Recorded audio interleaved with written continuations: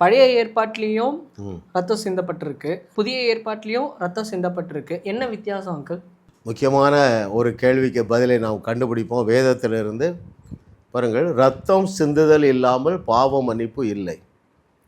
அது தேவனால் ஏற்படுத்தப்பட்டது. பழைய ஏற்பாட்டில் மிருகத்தின் ரத்தம் சிந்தப்பட்டது. ஆட்டுக்கடா, இளங்காளை இல்லையா, அப்புறம் பறவைகள், இவைகளுடைய ரத்தம் சிந்தப்பட்டது.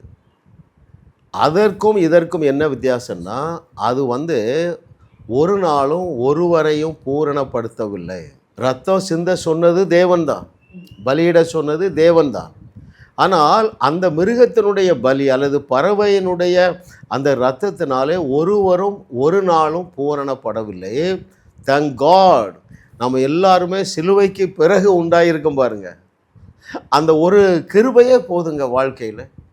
ஏன் தெரியுமா? இப்போ இருக்கிற பாருங்கள், ஒரு ஆட்டுக்கடாவுடைய ரத்தம் சிந்தப்பட வேண்டும் என்றால் இன்றைக்கி 1500 இருக்குது கிலோங்க.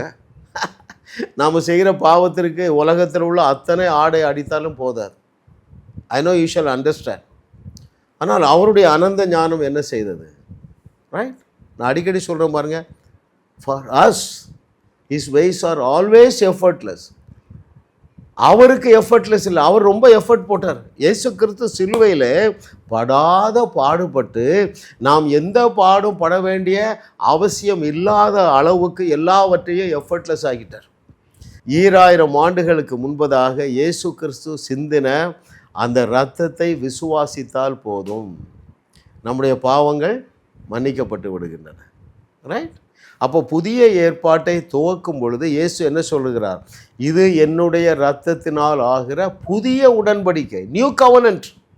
நியூ கவனன்ட்டை குறித்து நான் கிறிஸ்தவ குடும்பத்தில் பிறந்திருந்தாலும், 39வது வயதில் ரட்சிக்கப்பட்டிருந்தாலும், 25 வருஷம் ஊழியம் செய்தாலும், இந்த இயேசு கிறிஸ்துவுடைய இரத்தத்தினுடைய மேன்மையை குறித்து நான் அறியாததுனால, அவருடைய தழும்புகள் எதற்காக, எப்படி தழும்புகள் பெற்றார்?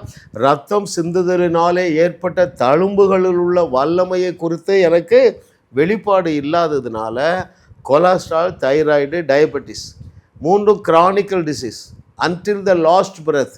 அக்கார்டிங் டு மெடிக்கல் சயின்ஸ், மருத்துவர்களுடைய புரிந்து கொள்ளுதலின்படி இந்த 3 வியாதிகளுக்கும் நிரந்தர தீர்வு கிடையாதுங்க.